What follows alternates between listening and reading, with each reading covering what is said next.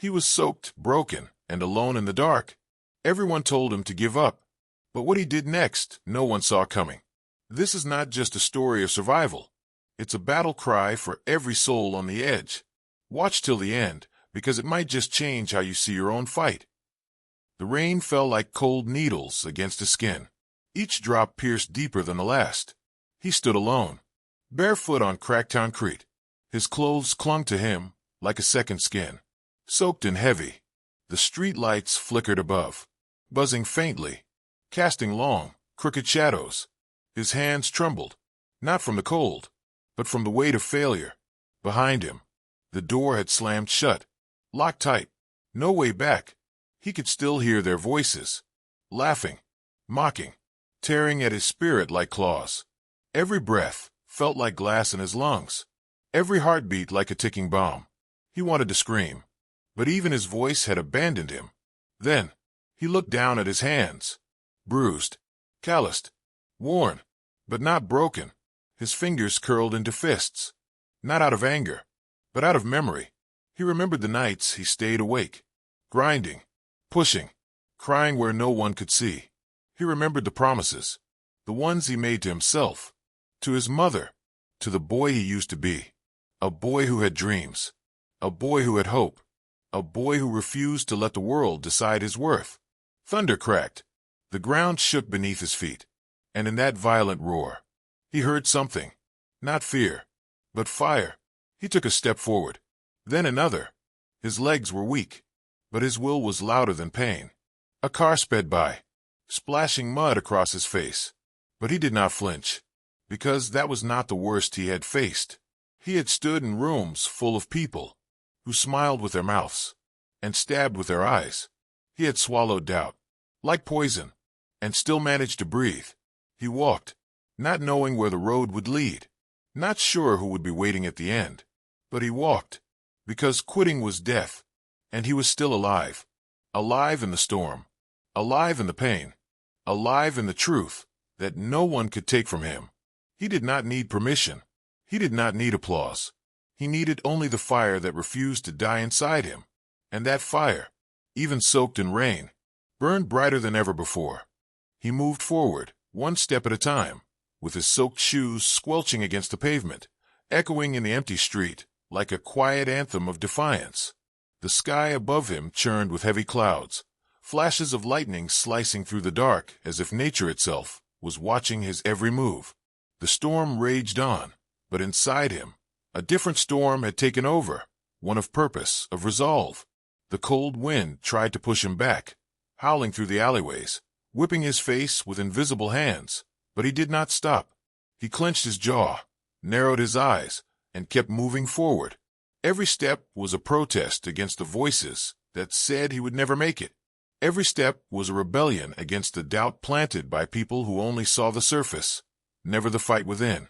His body screamed for rest, begged for warmth, but he had tasted the bitterness of giving up before, and he knew that regret burned colder than any winter night. He passed by a broken-down bus stop, the glass shattered, the bench rusted. A homeless man lay curled on a sheet of cardboard, barely stirring as he passed. Their eyes met for a second, two souls, both worn by life, both forgotten by the world. But in that brief exchange, there was no pity, only understanding, only fire. He kept walking, the city around him a blur of flickering neon signs and wet asphalt. Every red light reflected in the puddles looked like the bleeding edge of his past, trying to hold him back. He refused. His past could scream. It could claw at his heels, but it would not have him. Not tonight. Ahead, a building rose through the fog, a place he once called home. He hesitated. The memory hit him like a punch to the gut. The screaming, the slammed doors, the silence that followed for days, the look in his father's eyes, disappointment wrapped in a fake smile, the weight of never being enough. He could still hear the words echoing off the hallway walls. You are not strong enough. But tonight, he came not to answer them, but to outgrow them. He turned his back on the building and walked on. That version of him had died, the one who stayed silent, the one who waited for someone to rescue him. He no longer waited.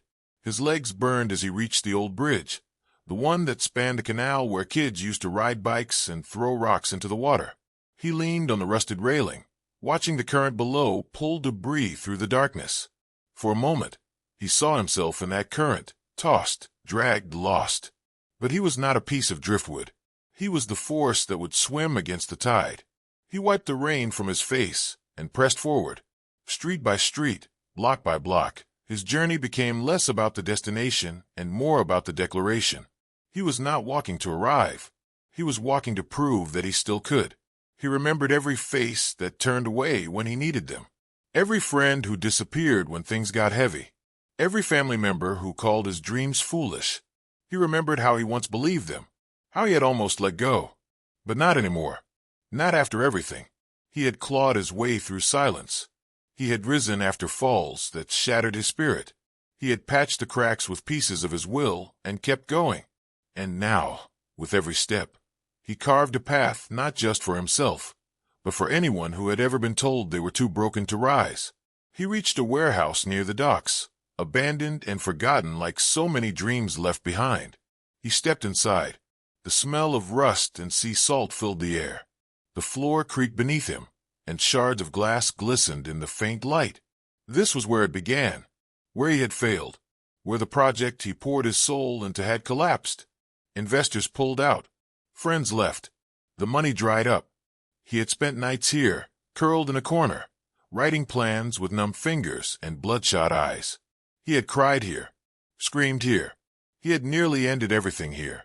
But now, standing in the wreckage of his old ambition, he felt no fear, only fire.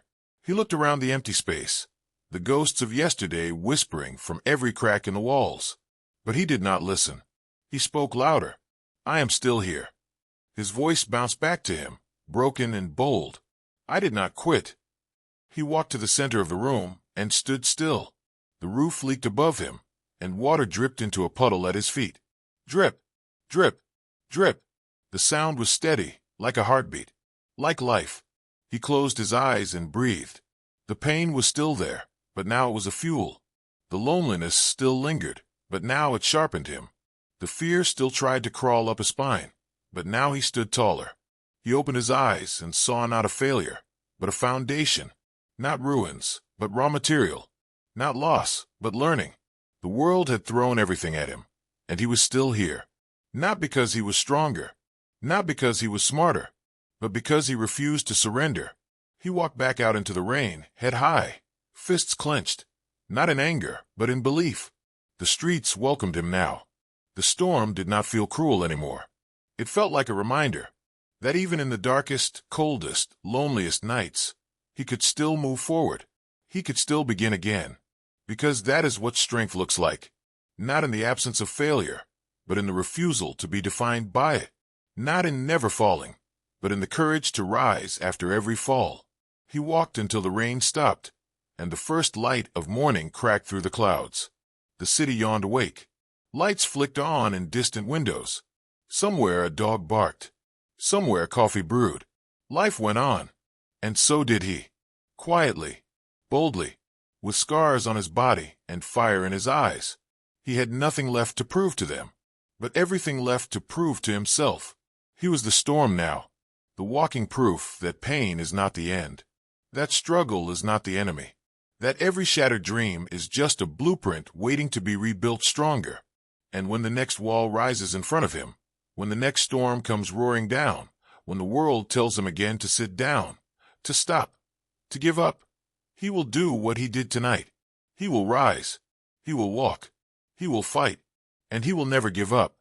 He kept walking as the city around him came alive, no longer an empty maze of cold steel and wet concrete, but a living, breathing reminder that time never waits for anyone, and neither would he. The ground beneath his feet was still wet, his clothes still heavy, his body still aching, but there was something different now. A stillness within him, not of rest, but of clarity. He had walked through chaos and come out breathing. His past, once a chain around his neck, now felt like armor. Every failure stitched into him like battle scars, each one earned, each one telling him that he was not fragile, not forgettable, not done. A man who has nothing left to lose walks differently. He walks like the future is his to take. His eyes scan the skyline ahead, the horizon painted in hues of orange and gold, streaked with the last shadows of the storm. The wind had quieted, the thunder had gone, but inside him, something still rumbled, something unbreakable. He crossed the street with purpose, passing crowds of early risers who never paused to look. Their faces were blank, their movements robotic, but he moved through them like a force of nature. He did not care if they noticed him now, because he was no longer living for recognition. He was living for the fire, the one that had nearly gone out, but had chosen to burn again. He remembered the sleepless nights with his head against a wall, begging for an answer that never came. He remembered the cold floors he had laid on when the bed was too far away, when dreams felt like lies whispered to fools. But he also remembered the voice that whispered softly through the darkness, not outside, but within. Keep going. That voice had no face. It had no reward. It offered no comfort, only truth. And that truth had brought him here. Every building he passed reminded him of something he had once lost. The cafe where he used to sketch designs for a business that collapsed in less than 6 months. The bookstore where he had met her, the one who said forever and meant until things got hard. The corner where he had been fired by a man who shook his hand one day and ignored him the next. These places used to hurt. They used to bleed him dry. But now he saw them as milestones. Not the kind that marked the end of something, but the kind that whispered, "Look how far you have come." He did not walk faster. He did not walk slower. He walked steady. Every step was deliberate. Every breath was earned. He turned onto a street he once avoided, the one with the billboard that mocked him for years. Success stories pasted across 10 stories of glass and lights. Faces he did not recognize. Smiles he never trusted. But now he looked up at them and did not flinch. Because he finally knew, those smiles were not his finish line. His journey was not meant to look like theirs. His purpose was not made to fit in a frame. He would carve his own space, even if he had to do it with bare hands, even if he had to bleed for every inch. Because now he understood something most never learn, that the world does not hand you a reason to keep going. You have to build it yourself. Out of grit, out of silence, out of every moment when you wanted to fall, but chose to rise instead. He walked past a schoolyard, empty except for the echo of a basketball bouncing in the distance. The sound reminded him of younger days, of a boy who once believed he could be anything, before the world told him what he could not be, before the world boxed him in. That boy still lived inside him, bruised but not broken. That boy had waited for this moment, for the man he had become to finally come back for him. He smiled, the kind of smile that hurts because it comes from someplace deep, a smile that says, "We made it," even if there was still so far to go. He did not pretend everything was fixed. He did not lie to himself and say the pain was gone. But he had chosen to keep going, and that choice alone was power. He reached the top of a hill that overlooked the city. From up there, the streets looked small, the buildings even smaller. Everything that once towered over him now looked manageable. Not easy, not simple, but possible. He sat on the edge, legs dangling over the side, the wind tugging at his jacket. The city moved below, cars crawling like ants, people chasing clocks. But up here, time slowed. He breathed in, deep, clean, real. For the first time in what felt like years, he allowed himself to feel proud. Not for the victories, but for the fight. For the times he showed up when no one saw. For the mornings he rose with nothing left. For the days he carried himself when the world gave him nothing. He took out a notebook from his backpack, tattered, water-stained, full of pages that once held dreams written in desperation. He flipped through them, each word a reminder of the chaos he had survived. He turned to a blank page. The paper fluttered in the wind. He held it still and began to write, not about what had happened, but what he would make happen. Not about who hurt him, but who he had become in spite of it. He wrote without fear, without hesitation, because now he had no need to impress, no need to convince. He only needed to remind himself of what he already knew, that he was not done. He closed the notebook and stood up, the city stretching out before him like a canvas. He walked down the hill with the steady rhythm of someone who had finally learned what it meant to endure. not to survive, but to build. He knew there would be more storms. He knew there would be days when he would fall again. But now he had something the world could never take, proof. Proof that he had already been through the worst. Proof that he could keep going when everything told him to stop. He no longer feared the darkness. He no longer waited for the light. He became his own. And as he walked, stronger now, steadier now, he carried with him a truth that pulsed in every breath, echoed in every heartbeat. He would stumble. He would bleed. He would break. But he would never give up. He stopped beneath a street lamp, its warm glow casting a golden circle around him. The rain had ended, but the streets still shimmered, glistening like the world had been washed clean. He looked up at the sky.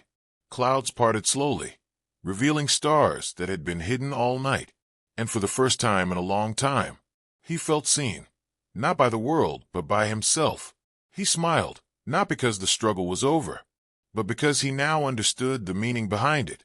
Every fall had taught him to rise. Every silence had taught him to listen. Every heartbreak had taught him to feel.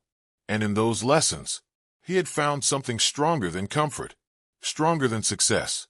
He had found purpose, not the kind written in headlines, but the kind written in scars, in sweat, in the quiet strength it takes to rise every single day when no one is watching. He took one last look at the road behind him, and then turned his eyes forward. There was still so far to go, so much to fight for. But now he was ready, because the journey was never about being perfect. It was never about having all the answers. It was about showing up, again and again, with heart, with grit, with fire. So if you find yourself in a storm, if your knees shake, if your voice breaks, if the world tells you to quit, remember this: you are not alone. You are not weak, and you are not finished. The fire inside you is real, and no one, not fear, not failure, not the past, can take it away. Stand tall, breathe deep, and never, ever give up.